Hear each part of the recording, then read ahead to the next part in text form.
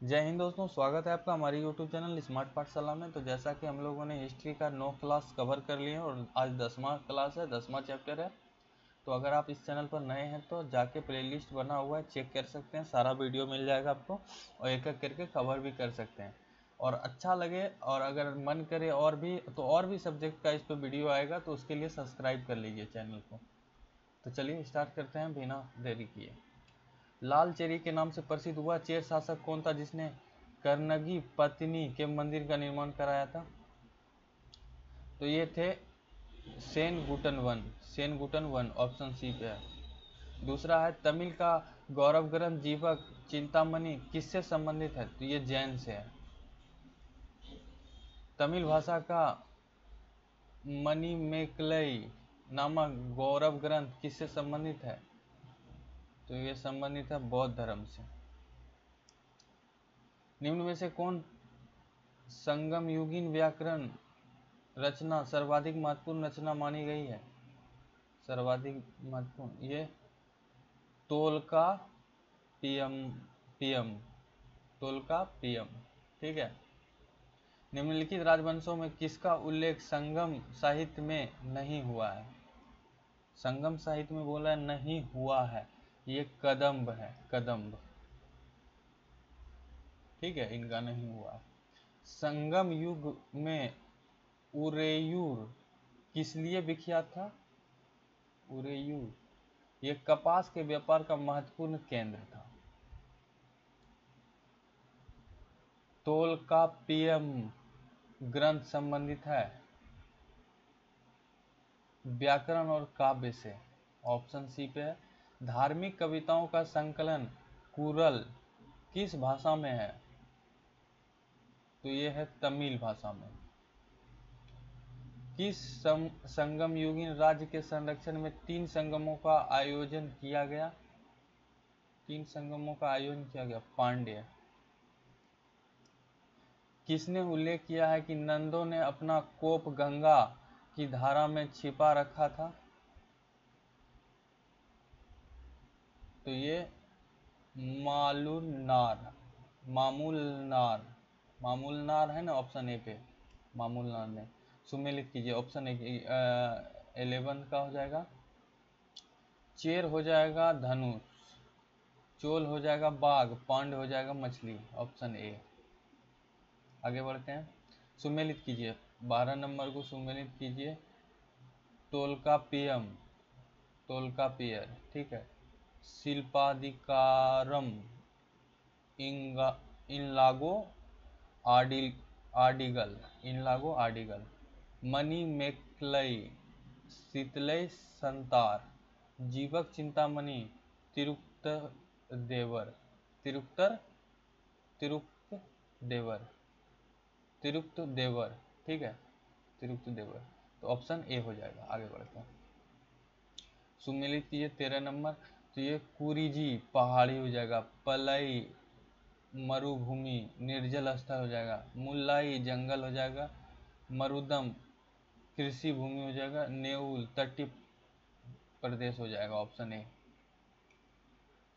इसको भी सम्मिलित बोल रहा है करने के लिए। तो ये प्रथम संगम अगस्त्य हो जाएगा, द्वितीय संगम अगस्त्य एवं तोलकाप्पियर। ठीक है। तृतीय संगम नक्कीर हो जाएगा, नक्कीरर। ठीक है, तो ऑप्शन ए हो जाएगा।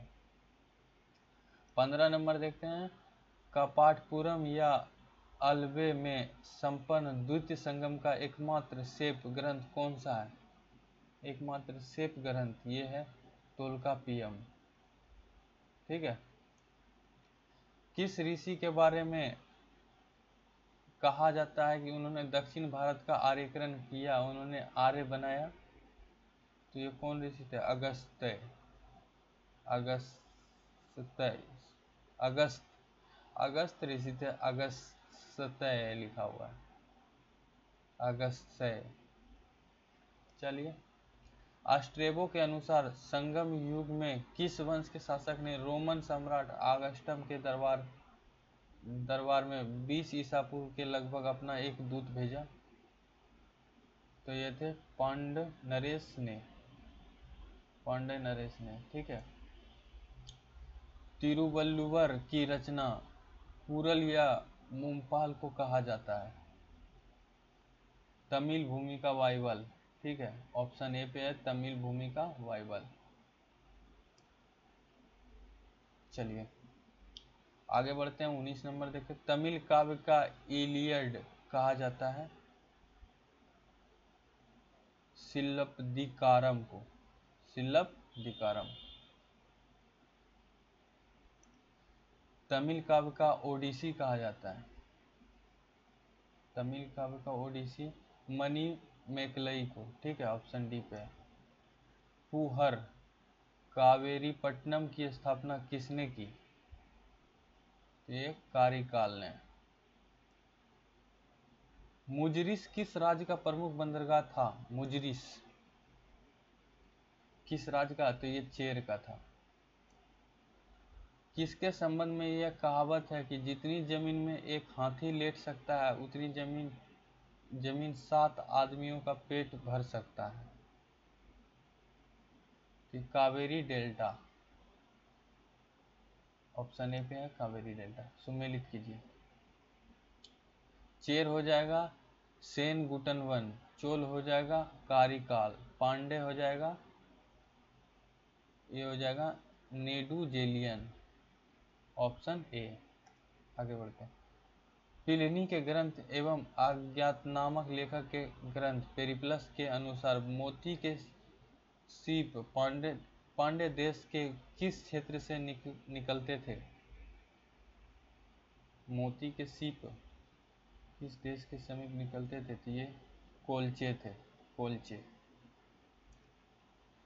गाय या अन्य वस्तुओं के लिए लड़ते लड़ते मरने वाले वीरों के सम्मान में खड़े किए जाने वाले वीर प्रस्तुत को कहा जाता था?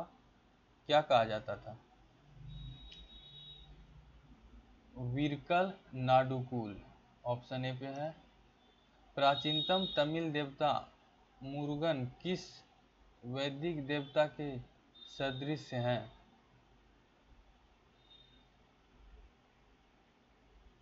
स्कंद कार्तिकेय। ऑप्शन डी पे है। चलिए आगे बढ़ते हैं। संगमकालीन साहित्य में कौन को एवं मन्नन किसके लिए प्रयुक्त होते थे? तो ये राजा के लिए।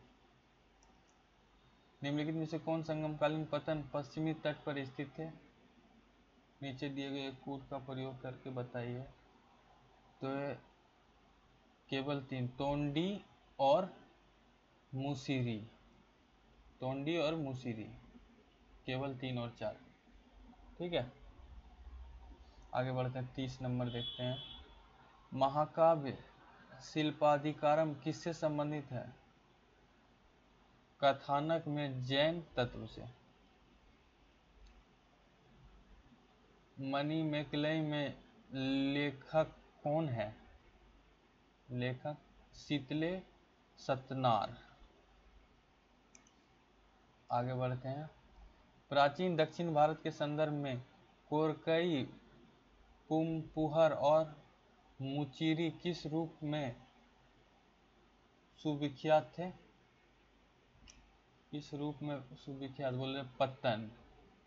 ठीक है। निम्नलिखित में से कौन सा एक संगम कविताओं में यथावर्णित वट कुरुतल की प्रथा को स्पष्ट करता है? तो ये युद्ध में पराजित राजा का आमरण अनशन का अनुष्ठानिक मृत्युवरण करना। ऑप्शन डी पे है। तो देखिए आज हिस्ट्री का 10वां चैप्टर कंप्लीट हो गया और बायोलॉजी का भी पैरेलल चल रहा है। अगर आप लोग नए हैं तो जाके प्लेलिस्ट में चेक कर लीजिए, और इससे पहले वीडियो नहीं देखे हैं तो जाके सारा वीडियो डाला हुआ है, चेक कर लीजिए। और अगर आपको अच्छा लगे तो इस चैनल को सब्सक्राइब करके रखिए, और भी सब्जेक्ट का इस चैनल पर आते रहेगा, और करेंट अफेयर डेली एक एक वो शॉर्ट्स में डालते हैं तो उसको भी देखा कीजिए। चलिए, जय हिंद, जय भारत।